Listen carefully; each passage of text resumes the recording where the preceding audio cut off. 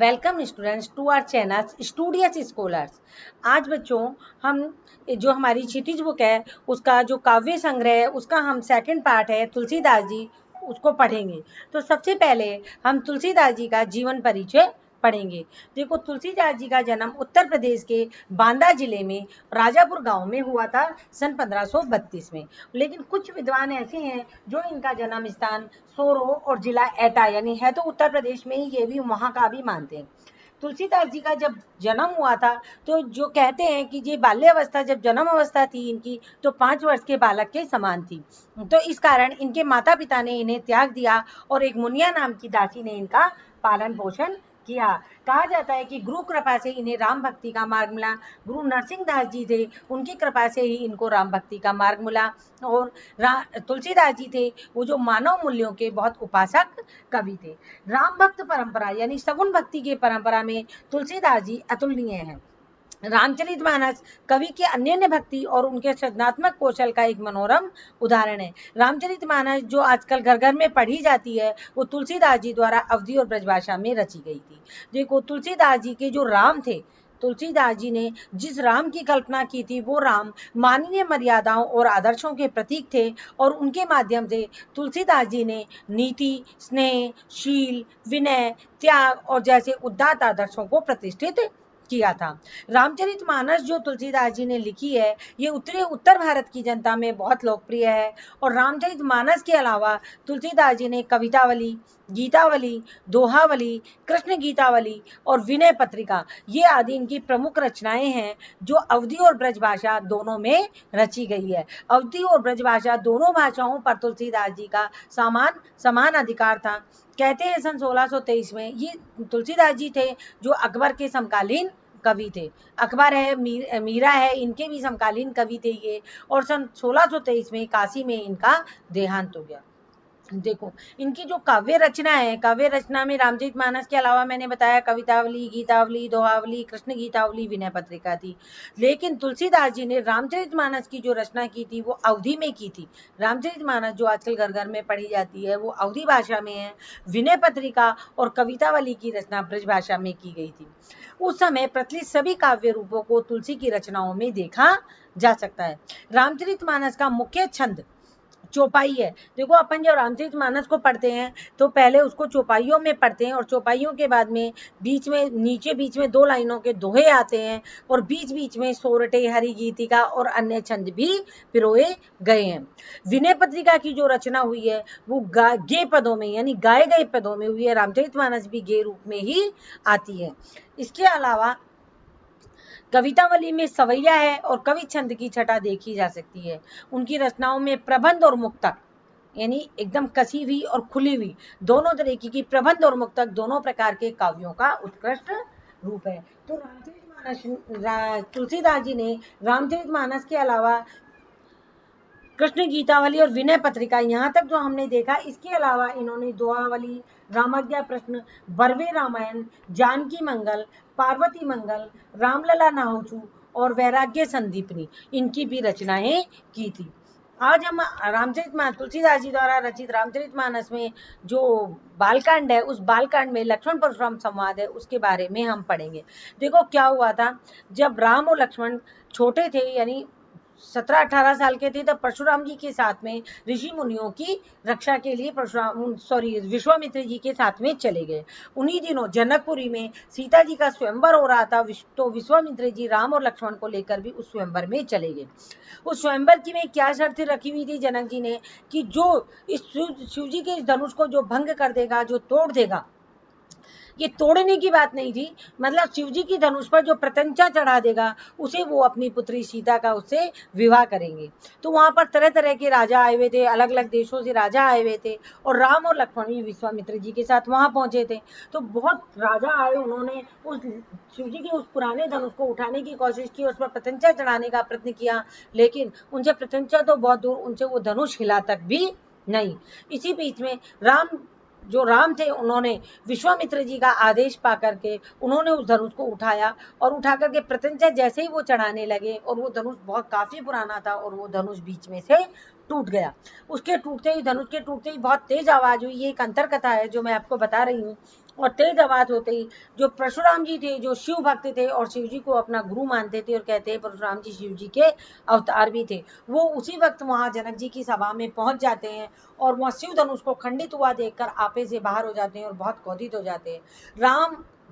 राम के विनय करने पर और विश्वामित्र के बहुत समझाने पर वो राम की परीक्षा लेने के बाद में, उनकी शक्ति परीक्षा लेने के बाद में विश्वामित्र जी का गुस्सा शांत होता है। तो ये जो पद हैं जिनको हम पढ़ेंगे उसमें राम लक्ष्मण और परशुराम जी के बीच में जो संवाद हुआ है उस संवाद को यहाँ प्रस्तुत किया गया है और परशुराम जी के क्रोध भरे वाक्यों का उत्तर जो लक्ष्मण जी ने बहुत व्यंग से दिया है उस प्रसंग की प्रमुख विशेषता है। तो यहाँ लक्ष्मण जी की वीर रस से पगी हुई व्यंग्योक्तियां और व्यंजना शैली की सरस अभिव्यक्ति भी की गई है, तो हम उसको पढ़ेंगे।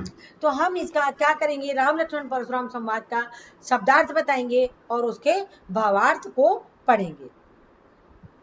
तो सबसे पहले राम और लक्ष्मण परशुराम संवाद में आप देखिए, नाथ संबुधन भंज निहारा, होई कोई एक दास तुम्हारा, आयुष कहा कहे किन मोई, सुने रिसाए बोले मुनि कोई, सेवक सोजू करे से विकाई, अरि करणी करि करे लड़ाई, सुनऊ राम जय सिविधनु तोरा, सहस बाहु सम सो रिपु मोरा, सो बिल गाओ बिहाय समाजू, नैते मारे जय सब राजा, सुनि मुनि बचन लखन मुस्काने, बोले पर सुधरई अवमाने, बहु धनई तो री लरकाई, कबहु ने असरिस कन्ही गोसाई, ऐ धनु पर ममता के हेतु, सुनी रिसाई के भृगुकल केतु, रे नृप बालक काल बस, बोलत तोई न संभार, धनु सम त्रिपुरारि धनु, विदित सकल संसार। तो ये देखो, ये जो लक्ष्मण और परशुराम जी का संवाद है, राम भी इसमें, पहले रामचंद्र जब परशुराम जी क्रोधित हो जाते हैं तो रामचंद्र जी उनसे कुछ कहते हैं, उसके बाद में जब परशुराम जी कुछ बोलते हैं तो लक्ष्मण जी उसका किस प्रकार उत्तर देते हैं,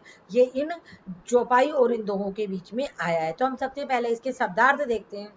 नाथ संबुधन भंज निहारा, संबुधन मतलब शिव जी का धनुष, भंज निहारा यानी भंज निहारा यानी तोड़ने वाला, होई का अर्थ होगा यहाँ होगा, आयुष आज्ञा, किन क्यों नहीं, रिसाई मैंने गुस्सा करना, राजस्थानी में बोलते हैं ना रिस करना, रोष करना, गुस्सा करना, सेवकाई यानी सेवा, अरि का यहाँ अर्थ है शत्रुता और करनी का अर्थ है कार्य, लड़ाई, तोरा यानी तोरा का यहाँ अर्थ है तोड़ा, रिपु का यहाँ अर्थ है शत्रु, बिलगाऊ यानी अलग कर देना, बिल कर देना, बिलगाऊ मतलब अलग करना, जेही का मतलब जाएंगे, अवमानना करना या अपमान करना, धनुई छोटे छोटे धनुष, लरिकाई यानी लड़कपन में या बालपन से जो बड़ा किशोर अवस्था होती है उसको लड़कपन कहते हैं, रिस का यहाँ अर्थ है क्रोध करना, भृगुकुल केतु यानी भृग वंश यानी ऋषि भृग के वंश के श्रेष्ठ पुरुष अर्थात परशुराम जी ऋषि भृग के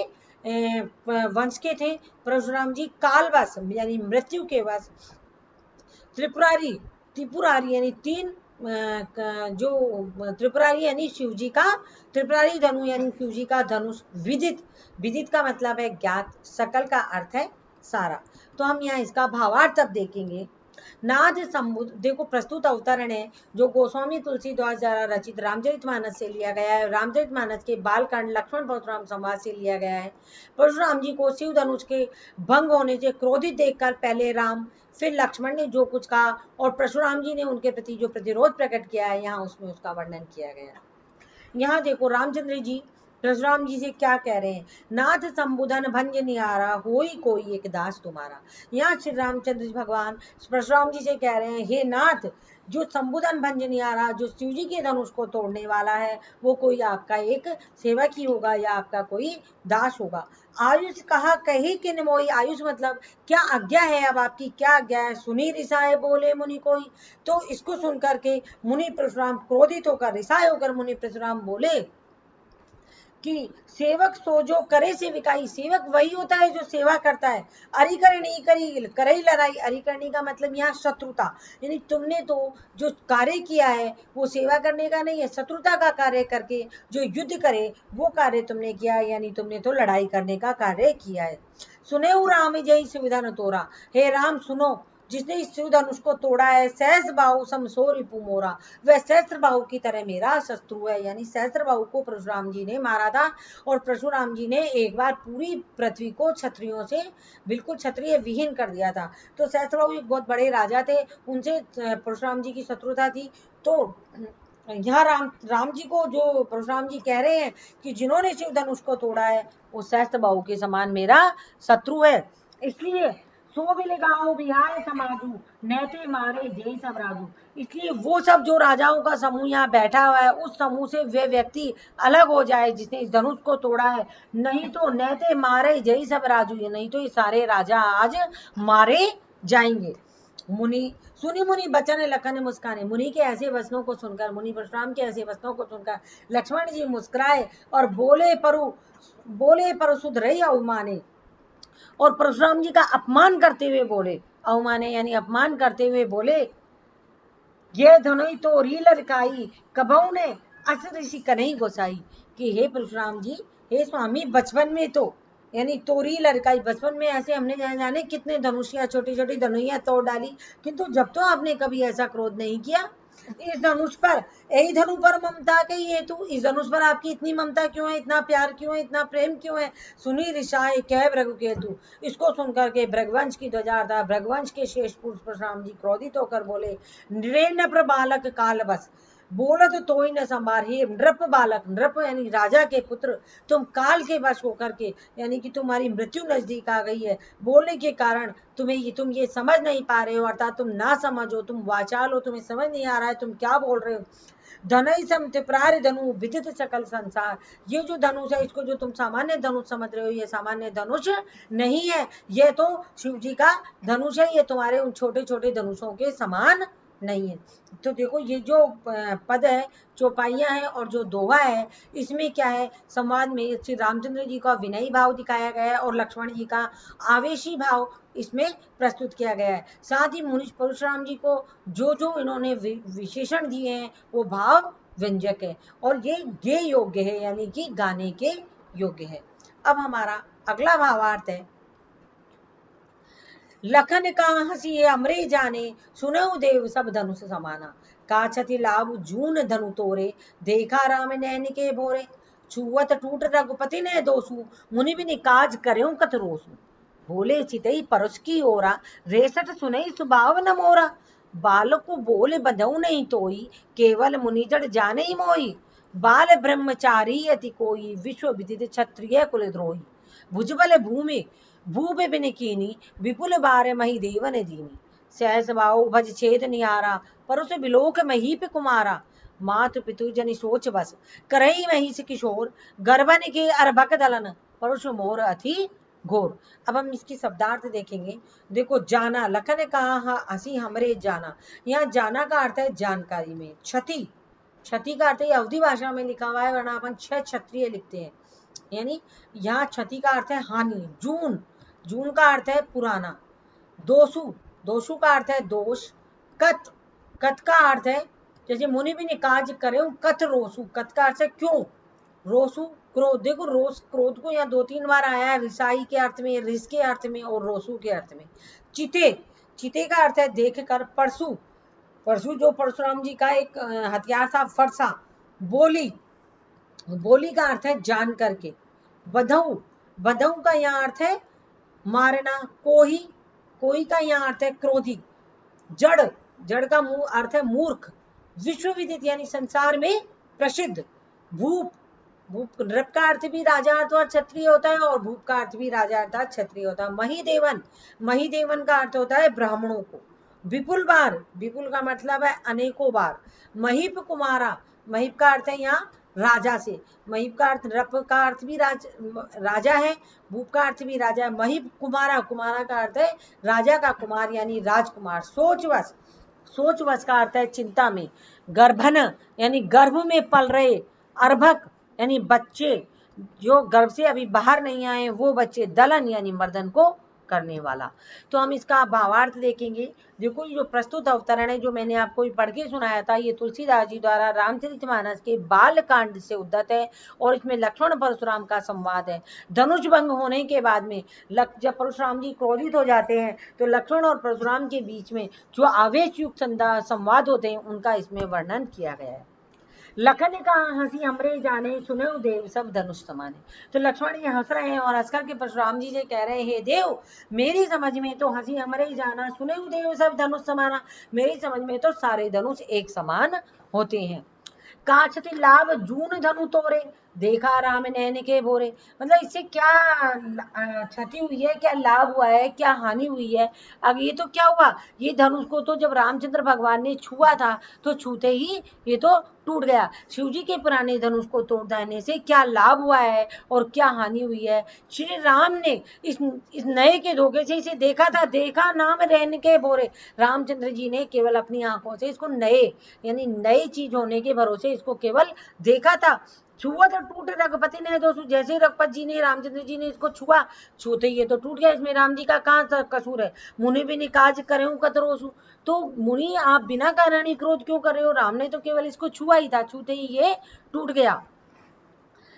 बोले चिते पर उसकी ओरा। अब परशुराम जी को क्रोध आ गया और परशुराम जी ने क्या कहा, अब अपने फरसे की ओर देखा परशुराम जी बोले, रे सठ सुने उस भाव ने मोरा। यानी सठ, सठ का मतलब है मूर्ख। हे मूर्ख तुमने मेरे स्वभाव ने मोरा, तुमने मेरे स्वभाव को अभी तक जाना नहीं है। क्या नहीं किया है, मेरे स्वभाव के बारे में अभी तक तुमने सुना नहीं है। बालक बोले बधो नहीं तोई, यानी कि मैं बालक समझकर तुम्हारा बधो यानी वध अभी तक नहीं कर रहा हूं, या मैं तुमको अभी तक नहीं मार रहा हूं। केवल मुनि जड़ जाने ही मोही, इसलिए हे जड़, हे मूर्ख, क्या तू मुझे केवल इसमें केवल मुनि समझ रहा है, निरा मुनि समझ रहा है, क्या मैं केवल ऋषि हूं केवल। बाल बाल ब्रह्मचारी अति कोई, मैं बाल ब्रह्मचारी हूँ और अति कोई, कोई का मतलब यह मैं बहुत क्रोधित हूँ, यानी अत्यधिक क्रोधित हूँ और मैं मतलब मैं बाल ब्रह्मचारी हूँ। विश्व विदित क्षत्रिय कुल, तो विश्व विदित यानी पूरे संसार को पता है इस चीज का कि मैंने अनेकों बार इस क्षत्रिय को क्या, इस धरती को, पृथ्वी को क्या कर दिया है, क्षत्रिय विहीन कर दिया है। यानी मैं क्षत्रियों का या राजाओं के कुल का घोर शत्रु हूँ। यानी परशुराम जी ब्राह्मण थे और उन्होंने अनेक बार इस धरती को, सारे राजाओं को मार करके इस पृथ्वी को क्षत्रिय विहीन कर दिया था।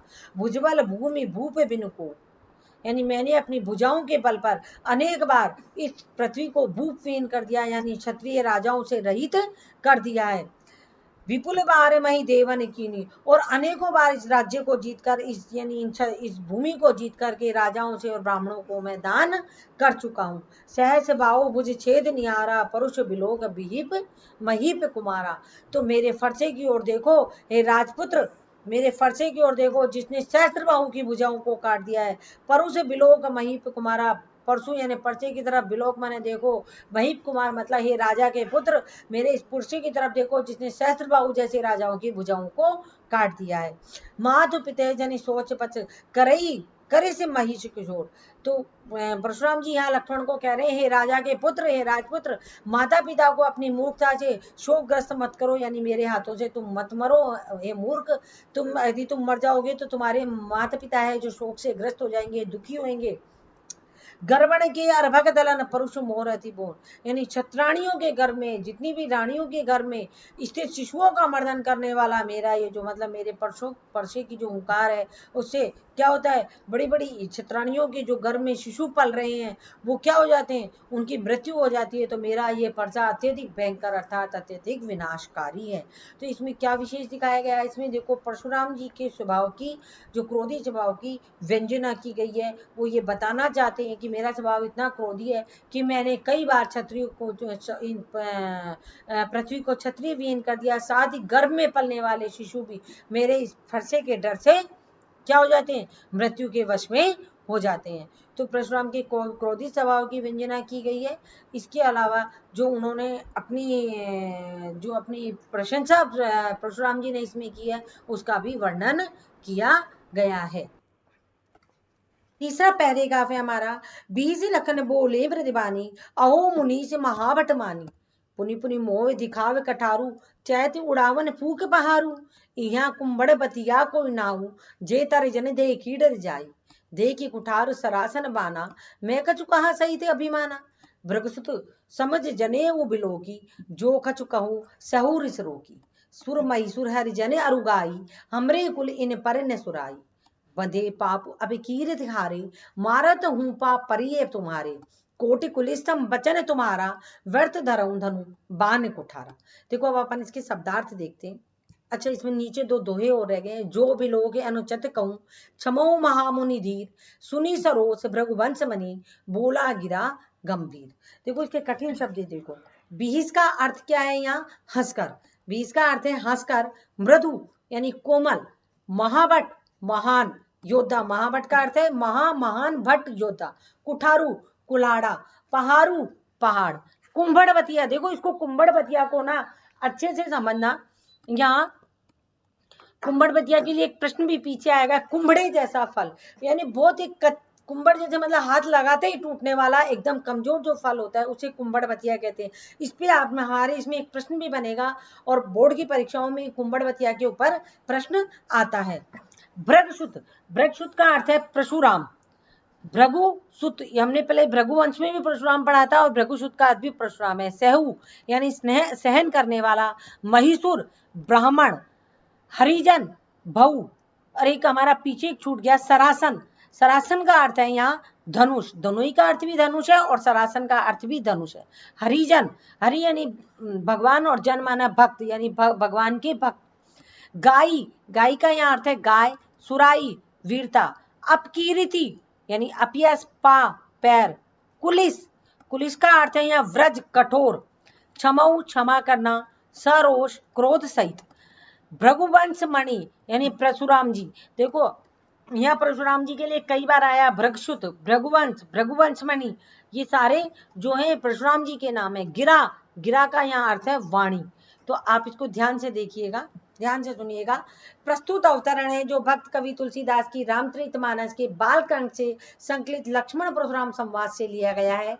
इसमें परशुराम जी के स्वभाव और ये जो पद हम पढ़ेंगे इसमें परशुराम जी के स्वभाव तथा व्यवहार को लक्ष्य करके लक्ष्मण जी ने जो कुछ भी कहा है उसका वर्णन इसमें किया गया है कि किस प्रकार परशुराम जी अपनी प्रशंसा कर रहे हैं और परशुराम जी के बारे में लक्ष्मण जी के जो वचन है, जो उनको जो कहा गया है वो मैं आपको बताऊंगी।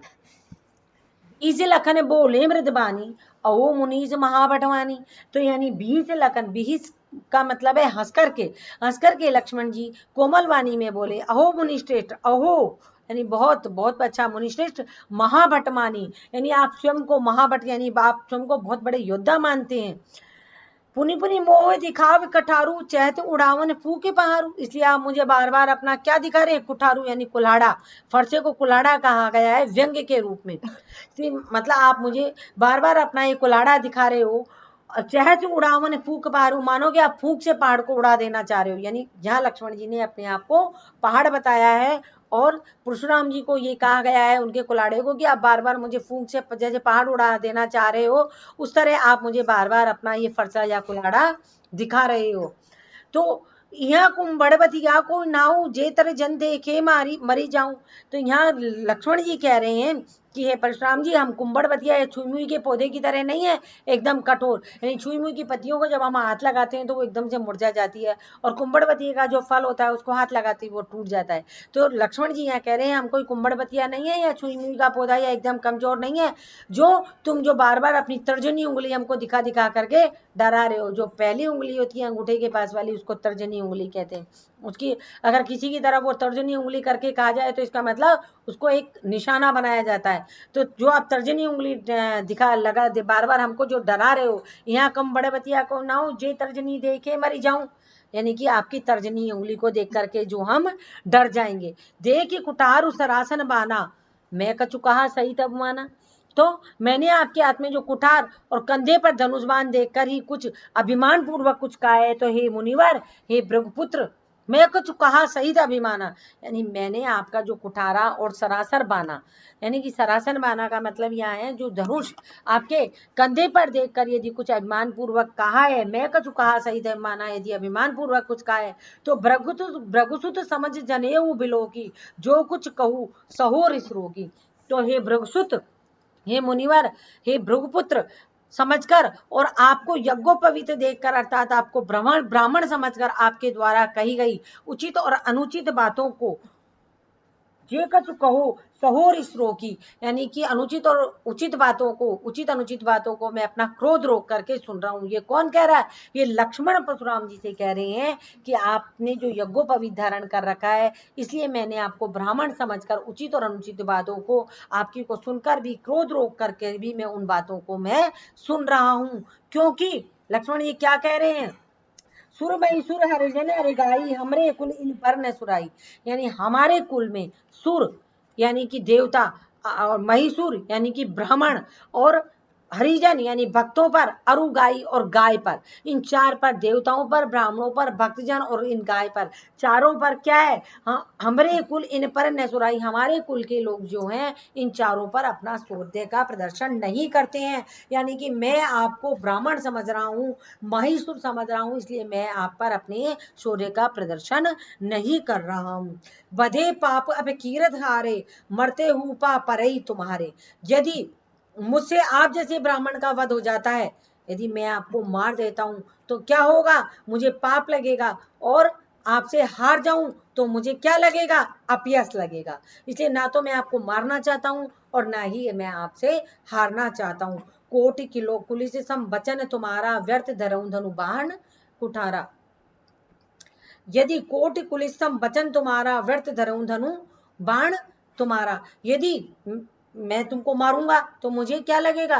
ब्राह्मण वध का पाप लगेगा, और यदि मैं तुम्हारा से हार जाऊंगा तो मुझे अपयश सहना पड़ेगा। तो आगे इसमें जो दोहा है, जो बिलोक अनुचित कहूं क्षमऊ महामुनि धीर, सुनी सुरो भृगवंश मणि बोले गिरा गंभीर। तो इसमें देखो आप आगे है को, जो दोहा है उससे पहले वाली चौपाई है, कोटि कुलिसम वचन तुम्हारा, यानी तुम्हारे जो वचन है वो करोड़ों व्रज के समान है। व्यर्थ धरऊं धनु बाण कुठारा, फिर भी आपने ये जो धनुष बाण है वे व्यर्थ में धारण किया, यानी जो आपके जो शब्द हैं वो ही इतने कड़वे हैं, इतने ही व्रज के समान कठोर है कि आपको धनुष और बाण धारण करने की आवश्यकता नहीं है। जो विलोकन उचित कहूँ क्षमो महामुनि धीर, सुनी सरोज भृगवंश मणि बोला गिरा गंभीर। तो हे लक्ष्मण जी कह रहे हैं कि हे मुनि, हे धैर्यशाली मुनि, यदि मैंने कुछ अनुचित व्यसन कह दिए तो मुझे क्या कर देना? क्षमो महामुनि धीर, तो हे धैर्यशाली महामुनि मुझे क्षमा कर देना। सुनी सरोज भृगवंश मुनि बोला गिरा गंभीर, लक्ष्मण के ये व्यंग्यपूर्ण वचन सुनकर भृगवंश मुनि परशुराम क्रोध सहित एक गंभीर वाणी में बोले। तो देखो इसमें क्या है, इस पूरे जो चौपाई और दोहे में है, लक्ष्मण द्वारा मुनि परशुराम के लिए जिन जिन विशेषणों का प्रयोग किया गया है उन पर अनुचित स्वभाव पर उन पर आक्षेप किया है। नंबर एक कि उनके जो लक्ष्मण जी परशुराम जी को कह रहे हैं कि आपके जो वचन है वो एक करोड़ों व्रज के समान है, तो आपको धनुष धारण करने की कोई आवश्यकता नहीं है। तो पूरा पद गे है और लक्ष्मण जी द्वारा परशुराम जी के ऊपर व्यंगों की बरसात की गई है। अगला हमारा कौशिक सुनऊ मंदी है बालक, कुटिकल बाछ निजकुल घालक, भानु बंस राकेश कलंकु, निपट निरकुंस अबध अबुध अशंकु, काल कवलु हो ई चनवाई, कहो पुकार खोर मोई नाई, तुम्हें हटकऊ जो चहु उबारा, कही प्रताप बलु रोष हमारा, लखन कहे मुनि सुजस तुम्हारा, तुम्हें अचत को बरने पारा, तुम्हें महु तुम आपने करनी, बारी अनेक भांति बहु भरनी, दाई संतोष तय पुनि कछु कहूँ, जनिर से रोक दुसऊ दुख सहूँ, वीर प्रति तुम धीर अछोबा, गारी देतने पायऊ पावऊ शोभा, सुर समर करणी करई, कहीं न जानऊ आप, विद्यमान रण पाए रिपु, कायर कथई प्रताप। तो देखो इसके अपन शब्दार्थ देखते हैं। कौशिक, कौशिक का यहाँ अर्थ है विश्वामित्र से। मंद, मूर्ख। कालवश यानी मौत के वश में। भानुवंश, भानु का अर्थ सूर्य, वंश का अर्थ है वंश यानी सूर्य वंश। राकेश, राकेश का यहाँ अर्थ है चंद्रमा। निरकुंज, उदंड। हटकऊ, हटकऊ का यहाँ अर्थ है रोको। खोरी, खोरी का अर्थ है दोष, अशंकु, शंका रहित। सुजस, सुयस। अछत, छोड़कर। बरने पारा यानी वर्णन कर पाएगा। घालकू, नाश को करने वाला। वीरव्रति, वीरता के मार्ग पर चलने वाला। अछोबा यानी अक्रोधी, क्षोभा क्षोभ करने वाला क्रोधी, अक्षोभा अक्रोधी, करणी कार्य, जना वही परिचित, परिचित कराना, विद्यमान सामने या प्रकट होना, कथई कहते हैं। अब हम इसका भावार्थ करेंगे। तो देखो, प्रस्तुत अवतरण को स्वामी तुलसीदास जी द्वारा रचित रामचरितमानस के बालकांड से संकलित लक्ष्मण परशुराम संवाद से लिया गया है। इसमें धनुष भंग प्रसंग में लक्ष्मण व परशुराम के आवेश में संवाद का वर्णन किया गया है। तो लक्ष्मण के जो व्यंग्यपूर्ण वचनों को सुनकर के परशुराम जी ने क्रोधपूर्वक कहा, क्योंकि लक्ष्मण और राम किसके साथ आए थे? विश्वामित्र जी के साथ आए थे, तो वही उनके उस वक्त गार्जियन थे विश्वामित्र जी। तो परशुराम जी किससे शिकायत करेंगे? विश्वामित्र जी से करेंगे।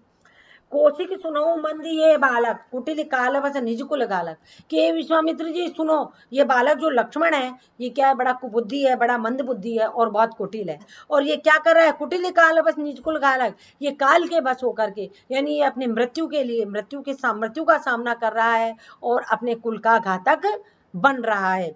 भानुवंशी राकेश कलंकु, निपट निर्कुंश अबधु अशंकु। अब देखो, इसमें कितने सारे नाम दिए हैं लक्ष्मण जी को। भानुवंश यानी सूर्य वंश का होते हुए भी राकेश कलंकु, चंद्रमा के कलंक के समान है। यानी चंद्रमा में काला काला जो धब्बा दिखता है, कहते हैं ना चंद्रमा में कलंक है, यानी सूर्यवंशी बालक है। लेकिन जिस प्रकार चंद्रमा में कलंक है, उस प्रकार ये चंद्रमा का एक कलंक है। इस तरह यह निपट निर्कुंश अबधु अशंकु, यह उदंड है, मूर्ख है और निडर है। और क्या होगा? काल कवल हो ही क्षण माई, अभी एक ही क्षण में काल का ग्रास हो जाएगा, यानी मैं इसको मृत्यु के वश में कर दूंगा, मार दूंगा।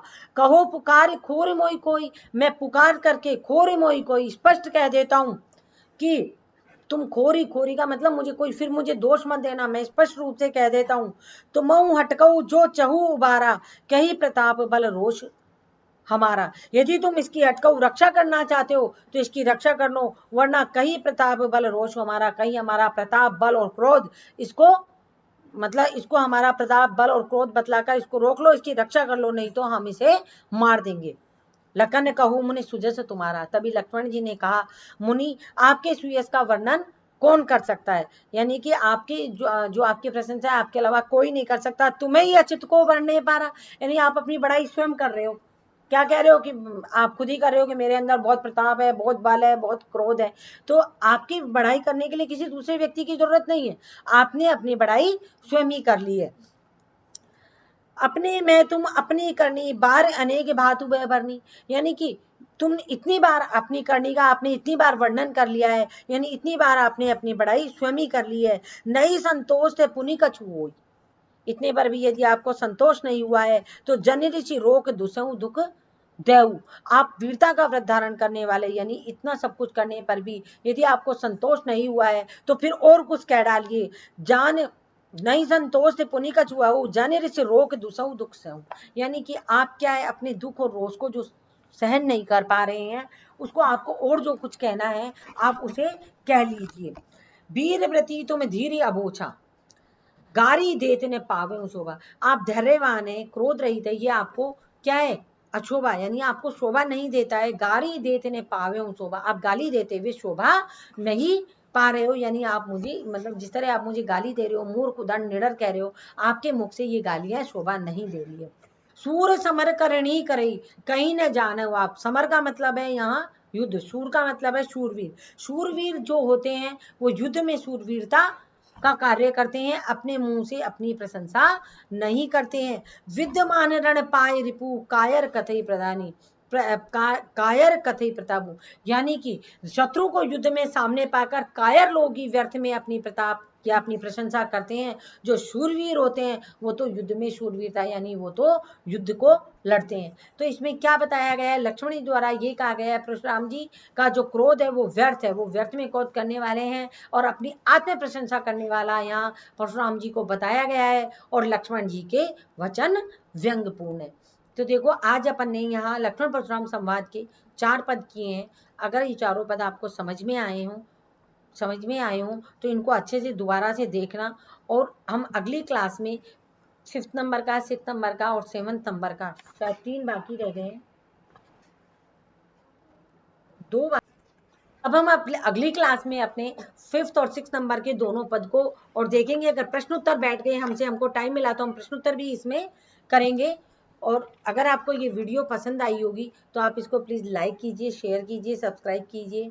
और अगर आपको कोई भी डाउट हो तो आप कमेंट बॉक्स में डाल करके पूछ सकते हैं। धन्यवाद।